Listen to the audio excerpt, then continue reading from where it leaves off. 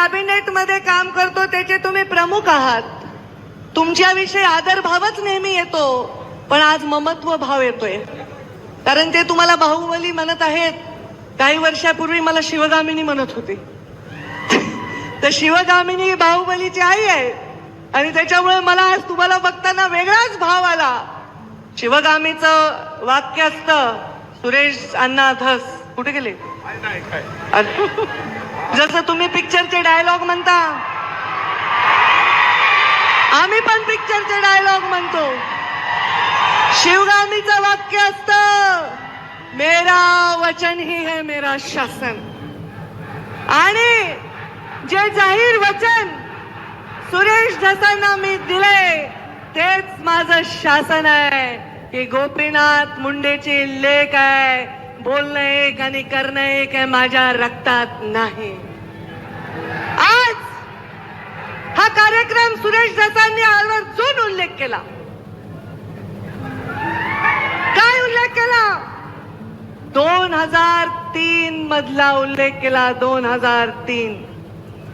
देवेंद्रजी फडणवीस मुख्यमंत्री महोदय, आपण कदाचित ज्यांना लहानपणापासून पाहत आलात ते प्रमोद महाजन आणि गोपीनाथ मुंडेंचा किस्सा सुरेश धस अण्णांनी सांगितला.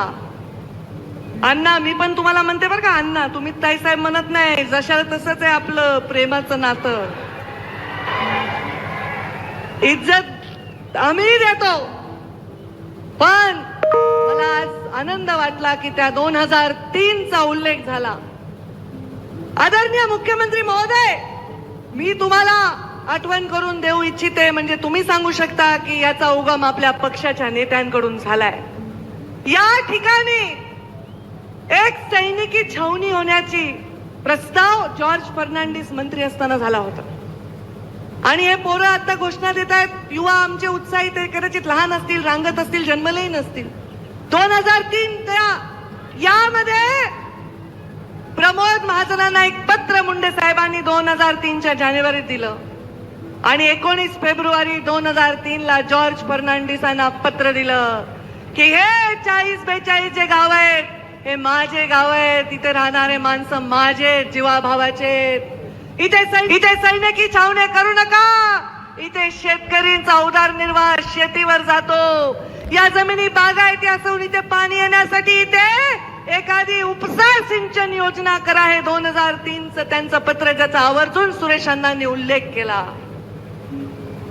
आपल्या जिल्ह्याच्या शेतकऱ्यासाठी, आपल्या जिल्ह्याच्या तळागाळातल्या माणसासाठी सदैव काम करताना, कुठली भूमिका घेताना कधी मागे पुढे बघायचं नाही. आजच्याही कार्यक्रमात चर्चा होती, पंकजा मुंडे येणार येणार येणार. का नाही येणार बाबा? सुरेशांना, तुम्ही आपल्या जयदत्तचं लग्न केलं तेव्हा मला साडी घेऊन पत्रिका घेऊन आला होतात, तेव्हा मी आले. धाकट्याचं नाव काय? सागरचं करताल तेव्हा बोलवलं तर येईन बाबा, नाही बोलवलं तर नाही येणार. पण हा कार्यक्रम शासनाचा आहे आणि आज तरी शासन देवेंद्र फडणवीस आणि पंकजा मुंडे मंत्री आहे, राधाकृष्ण वाके पाटील मंत्री आहे, तेव्हा मी आले. तुम्ही घरगुती कार्यक्रमाला बोलवलं तर येईन, पण हा सरकारी कार्यक्रम आहे आणि हा माझ्या शेतकऱ्यांच्या भविष्याचा कार्यक्रम आहे. त्यामुळे इथे कुठे बॅनर मध्ये फोटो आहे का, पत्रिकेत नाव आहे का, माझी खुर्ची कुठे आहे, ह्या कसल्याही गोष्टीत मी पडले नाही. तुमच्यात जरी बसून मला बसता आलं तरी मी आले असते. पण माझंही भाग्य मोठं आहे ना, मी पण मुख्यमंत्र्यांची लाडकीच वाटते, कारण मी त्यांच्या हेलिकॉप्टर मध्ये आले. पण देवेंद्रजी फडणवीसांना मला सांगायचंय, बीड जिल्ह्यात जेव्हा 6 पैकी 5 आमदार निवडून येतात तेव्हा तुम्ही मुख्यमंत्री होता. बीड जिल्हा फार लकी आहे, कारण बीड जिल्ह्यामध्ये 19 मध्ये 14 मध्ये 6 पैकी 5 आमदार निवडून आले. आता आमचे सहकारी आमच्या बरोबर आहेत, आमच्यावर राष्ट्रवादी आहे, अजितदादा पवारांचेही आमदार आहेत. आम्ही मरमर करून काम करून निवडून आणलंय. आज आम्ही एकत्र आहोत. ते पालकमंत्री आहेत, त्यांना विश्वास आहे की पालकमंत्री झाल्यानंतर कडकपणे काम करून या जिल्ह्याच्या कानाकोपऱ्यात विकास देण्यासाठी ते आम्हाला नेहमीच सहयोग करतील. पण आज देवेंद्रजी, तुम्ही मुख्यमंत्री झालात तेव्हा पहिल्यांदा आलात, 5 आमदार या बीड जिल्ह्याचे झाले आणि मी पण मंत्री झाले. बघा, मी मंत्री झाले आणि तुम्ही मुख्यमंत्री झाला, थोडंसं लक आमचं पण आहे.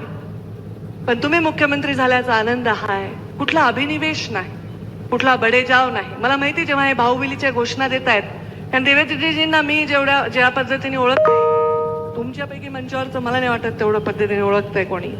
देवेंद्रजी थोडेसे ओशाळलेत, थोडे लाजायलेत, कारण हे त्यांना कदाचित फार अस्वस्थ करणार आहे. कारण काम करा, कामाने तुम्ही कीर्ती रूपाने उरा, हे संस्कार भारतीय जनता पार्टीचे राष्ट्रीय स्वयंसेवक संघाचे आहेत. आणि त्यामुळे आज त्या संस्कारात वाढलेला एक माणूस या राज्याचा मुख्यमंत्री झालेला आहे आणि माझ्या बीड जिल्ह्यामध्ये आले आहे. त्यामुळे मी येणार म्हणजे येणार. शेतकऱ्याच्या शेतात पाणी जाणार आहे, मी येणार म्हणजे येणार. तुमच्या डोळ्यातलं पाणी पुसायची वेळ आल्यावर कोणताही अभिनिवेश न ठेवता येणार म्हणजे येणार. कामासाठी, या जिल्ह्याच्या विकासासाठी, या जिल्ह्याची कॉलर टाईट करण्यासाठी कोणताही भेदभाव कधी करणार नाही. सुरेश अण्णांनी पण उल्लेख केला, 5 वर्ष मी मंत्री राहिले, पालकमंत्री राहिले, पण एवढा सुईच्या टोकावरची सुद्धा घटना कधी घडू दिली नाही. या जिल्ह्यामध्ये कानाकोपऱ्यामध्ये विकास करताना कधी कुणाचे जात धर्म विचारला नाही. सुरेश अण्णांसाठी देवेंद्रजी फडणवीस उभे राहिले आणि आम्ही रात्रीचा दिवस एक केला आणि तेव्हा त्यांना निवडून आणलं. ते म्हणले ते हरळ उगवली वगैरे त्यांची भाषा खरंच आहे. कारण काम करणाऱ्या माणसावर हरळ उगवते जर त्याला पद नाही दिलं, आणि त्याला पद देत असताना कधीही कुठल्या गोष्टीचा विचार नाही करणारं काम आम्ही केलेलं आहे.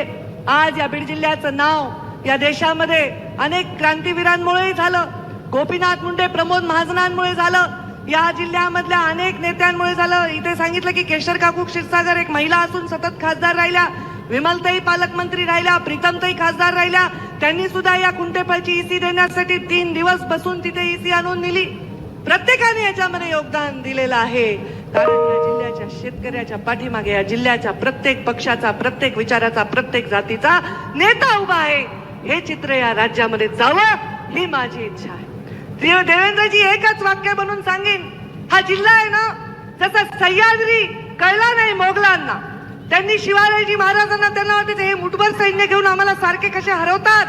सह्याद्रीच्या कराकपारीमध्ये फिरणारे मावळे कसे गायब व्हायचे, कसे यायचे, कसे आक्रमण करायचे, हे त्यांना कळलं नाही. सह्याद्रीच्या अंगाखेंद्यावर खेळलेल्या शिवबा आणि त्यांच्या मावळ्या. देवेंद्रजी एक किस्सा आठवला मला की आपण जेव्हा मुख्यमंत्री म्हणून ते तुम्हाला बाहुबली म्हणतात, खरं तर तुम्ही आमच्यापेक्षा ज्येष्ठ आहात, नेते आहात.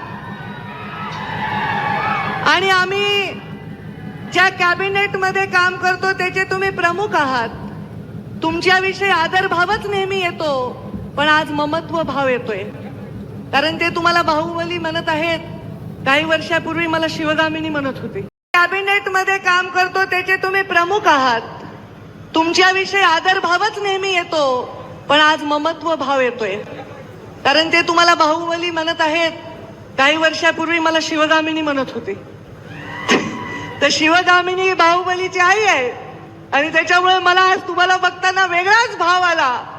शिवगामीचं वाक्य असतं, सुरेश अण्णा धस कुठे गेले,